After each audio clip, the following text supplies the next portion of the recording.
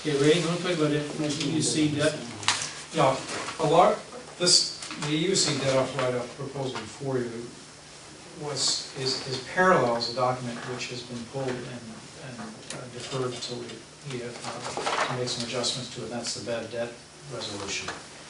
So the first couple of paragraphs leading into the third really relate to that document. However, I still would like the board to consider the recommendation because I think that it follows the guidelines suggested by the collection agencies, and it follows within the Fair Debt Act, which applies to the Fair Debt Collection Agencies, not so much the association that we act on behalf. You have a graph in the center portion of this recommendation, an account summary, and it shows that accounts aging greater than 3 years is $62,000. And I'm proposing this recommendation that those amounts are written off. And again, the recommendation refers to Resolution 20713 to authorize management to write off all EUC debts aging over 3 years. The collection efforts by the association, however, will continue on all write-off amounts. And that means we will continue to pursue these accounts in-house, even though the write-off amounts are no longer reflected on the financial records. So it's cleaning up your financial records. It's providing you a more accurate picture of what's happening. So that's the justification for it.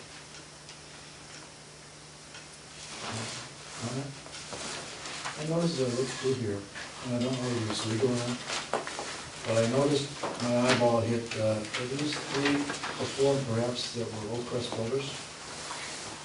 Is there a reason that we cannot deny further building requests by Oakcrest Builders or any other builder that has outstanding debts? We know where to find these people. Why do we allow them to continue to work and like holiday? Well, we had a conversation about it earlier. And I'm not singling them out, but I noticed it by name. But I mean, there's some we ought to be able to collect right off the top. Otherwise, just stop coming in. You can't come in anymore. Huh? I can't see where that would be illegal. You're looking at me like it. I was taking it a slightly different way. I was thinking that there's no way that we should give builders a new permit to build a new house if they're that's exactly what I'm saying. But permits they currently hold, they could complete.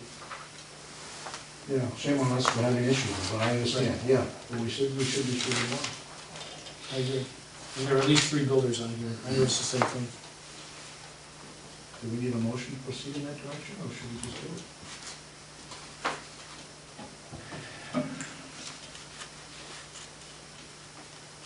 Maybe that's step 1. That might take a change to the architectural guidelines for new construction. The board can overrule those. The board can overrule those. No, the board is responsible for those.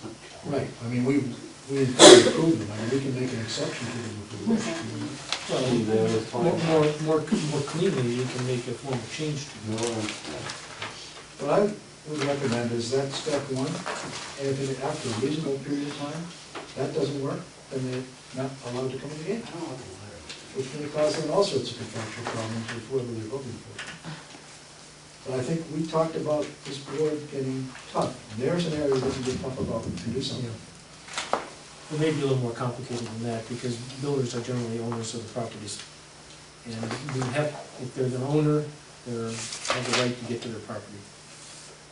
They do, not their contractors. No.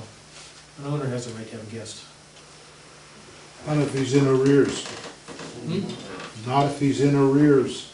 He loses all his privileges. His guest, as long as it's to his property. Yeah.